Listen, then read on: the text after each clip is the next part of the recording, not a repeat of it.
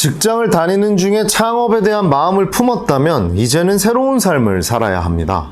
우리는 왜 살면서 과거에 대한 다양한 후회를 합니다. 중학교 때 더 공부 열심히 해서 특목고에 진학했으면 어땠을까? 고등학교 때 더 공부해서 더 좋은 대학을 가면 어땠을까?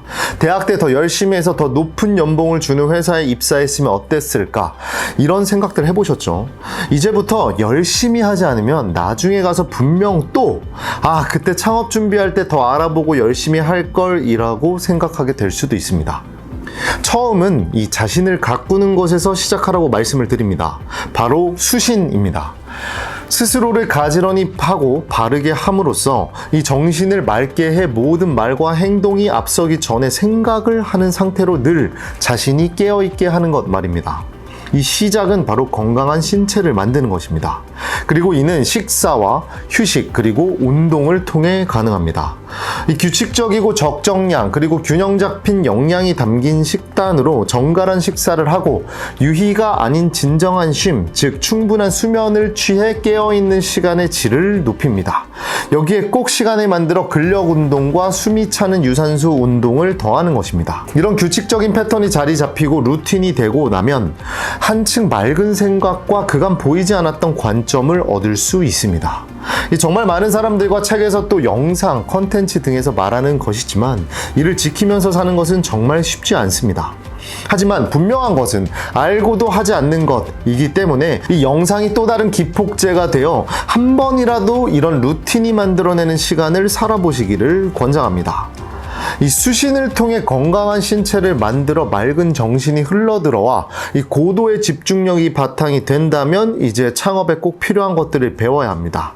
이 창업의 아이템은 끝도 없이 많고 이와 관련해 물론 다양한 것들이 있겠지만 창업에 있어 가장 중심이며 기본이 되는 것은 바로 경영과 운영입니다. 아이템을 막론하고 대부분의 사업을 이루는 일은 70에서 80% 정도 유사합니다. 이를 위해 경영학 원론과 회계 원리를 한 번쯤 공부해 보시기를 추천드립니다. 이 책은 어떤 것도 좋습니다. 오랜 시간 바뀐 내용이 많지 않기 때문에 20년 전 책을 보셔도 무방합니다. 이 경영학 원론을 통해서는 경영의 각 요소에 대한 용어에 익숙해지시고 회계 원리를 통해서는 사업의 언어인 회계에 쓰이는 알파벳이라고 할 수 있는 계정 과목과 그리고 손익계산서 정도를 알아도 충분합니다. 그리고 이때 여러분이 창업을 통해 본인의 미래를 바꾸고자 하는 마음이 클수록 공부를 하는 귀찮음과 고통은 느껴지지 않을 것입니다.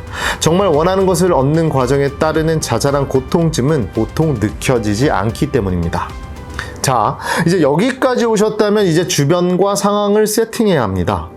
하나의 씨앗이 싹을 틔우고 자라 꽃과 열매를 피우기 위해서는 씨앗 자체도 중요하겠지만 화분, 흙, 온도, 습도 등의 환경도 중요합니다.